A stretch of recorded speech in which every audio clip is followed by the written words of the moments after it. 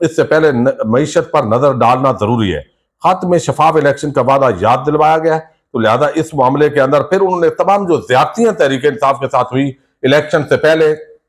جس طریقے سے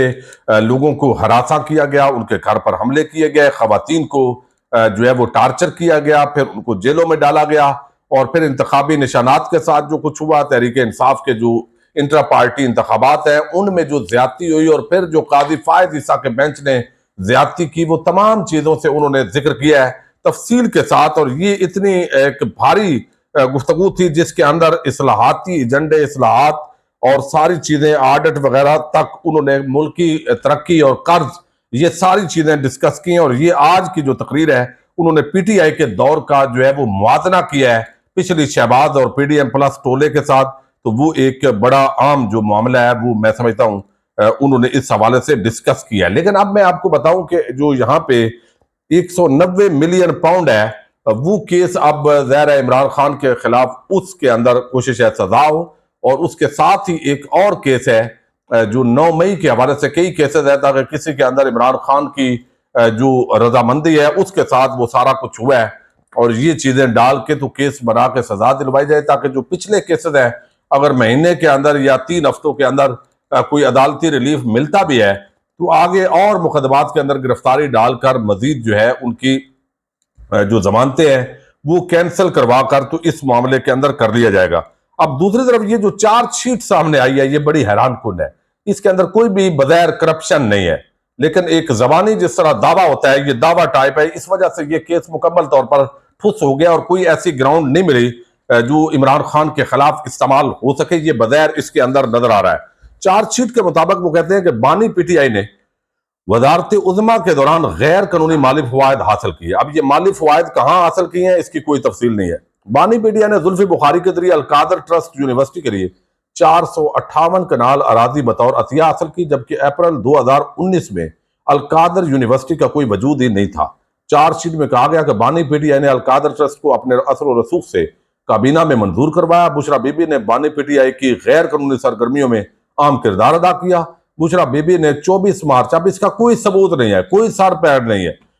24 مارچ 2021 کو بطور ٹرسٹی دستاویزات پر دستخط کر کے بانی جو پی ٹی آئی ہیں ان کی مدد کی۔ چارج شیٹ کہتی ہے کہ برطانیہ میں نیشنل کرائم ایجنسی نے 190 ملین پاؤنڈ کا سراغ لگایا۔ 190 ملین پاؤنڈ پاکستان منتقلی سے قبل شہزاد اکبر نے خفیہ معاہدہ کیا۔ اب یہ رقم ویسے ہی واپس آ رہی تھی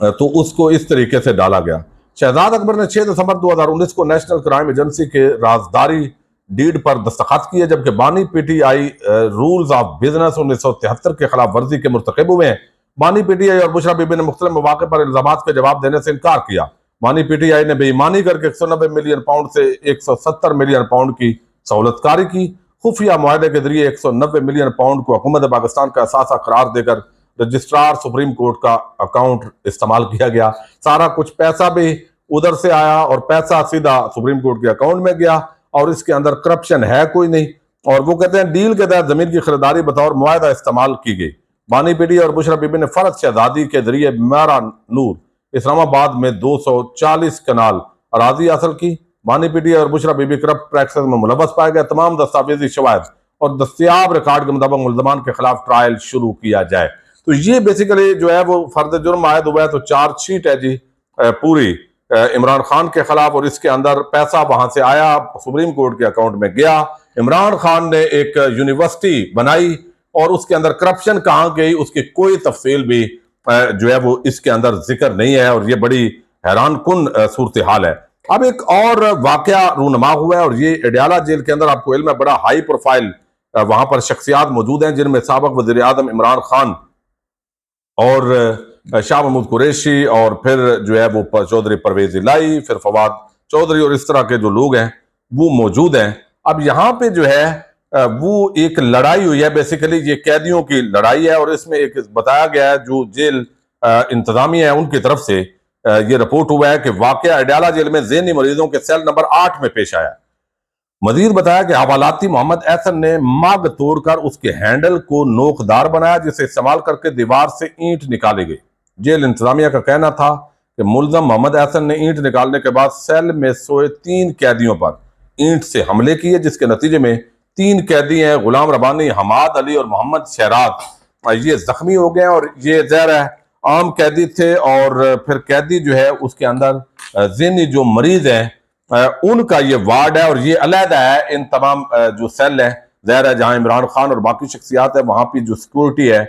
وہ بڑی ٹائٹ ہے، تو لہذا اس وجہ سے اس معاملے کے اندر گھبرانے والی ضرورت نہیں ہے۔ بہرحال بدقسمتی کے ساتھ یہ واقعہ اڈیالہ جیل کے اندر رونما ہوا ہے، اس وجہ سے آج یہ خبروں کی جو ہے وہ زینت بنا ہوا ہے۔ دوسری طرف جو اس وقت شہر خاقان عباسی ہے وہ بڑے گرج برس رہے ہیں، اور وہ کہہ رہے ہیں کہ فارم 45 فاطمہ جناح کے پاس بھی تھا، لیکن اقتدار فارم 47 والے جو ہے اس وقت بھی لے گئے تھے، اور آج بھی جو کچھ ہوا ہے ہم ایک نئی جماعت بنا رہے ہیں، اور ان کو شرم آنی چاہیے جو اس طریقے سے جو ہے وہ سارا کچھ کر رہے ہیں، لیکن جو ہے وہ یہ ساری چیزیں اپنی جگہ ہے۔ لیکن دوسری طرف ہمارے ایک دوست ہیں جو ہے وہ کیسر ضیاء، بڑے زبردست آدمی ہیں، اور وہ انہوں نے ایک مجھے تحریر بھیجی ہے، اور وہ کہتے ہیں کہ یہ تحریر بڑی عام ہے کہ ایک طرف قومی اسمبلی کا اجلاس ہوا، بڑی ہنگامہ آرائی، اور ان لوگوں نے بھی آج حلف اٹھایا جو جعلی مینڈیٹ کے ساتھ بڑی ڈٹائی کے ساتھ وہاں پر بولتے بھی رہے۔ بہرحال عمران خان کے جو ٹائیگرز تھے انہوں نے آج بڑا ٹف ٹائم دیا، اور آنے والے دنوں کے اندر اسمبلی کے جو اجلاس ہوں گے وہ مزید ہنگامہ خیز ہوں گے۔ اور آج صاحبزادہ حامد رضا نے نواز شریف کے آنے پر کیا نعرہ لگایا، آج یہ بھی آپ کو بتانا ہے۔ لیکن اس کے ساتھ ہی اب عمران خان کے انتہائی عام کیسز اور ساری چیزیں جو ہے ان کی ڈیٹیل انہوں نے دی ہے، اور یہ سارا جو معاملہ ہے یہ انتہائی انہوں نے تفصیل کے ساتھ جو پچھلی ویڈیو کے اندر میں ذکر کر چکا ہوں وہ آپ کے سامنے رکھا ہے۔ تو یہ ساری چیزیں جو ہے وہ وقت کے ساتھ ساتھ دیکھیے، یہ دھاندلا وقتی طور پہ ہضم ہو گیا ہے۔ وقتی طور پہ ہم نے دیکھا ہے کہ جس انداز کے اندر یہ ایک انتہائی ڈٹائی کا مظاہرہ کیا گیا ہے، انتہائی یہ غیر جمہوری، غیر پارلیمانی، غیر آئینی، غیر انسانی یہ سارے اقدامات کیے گئے ہیں۔ بہرحال افسوسناک پہلو یہ ہے کہ اس کے اندر ہمارے طاقتور جو ادارے ہیں ان کی طرف انگلیاں اٹھ رہی ہیں، ان پر عدم اعتماد عوام کا بڑھ رہا ہے، اور یہ کوئی میں سمجھتا ہوں پاکستان کی ریاست اور سیاست کے لیے کوئی اچھا شگون نہیں ہے۔ پاکستان زندہ باد، پاک فوج پائندہ باد۔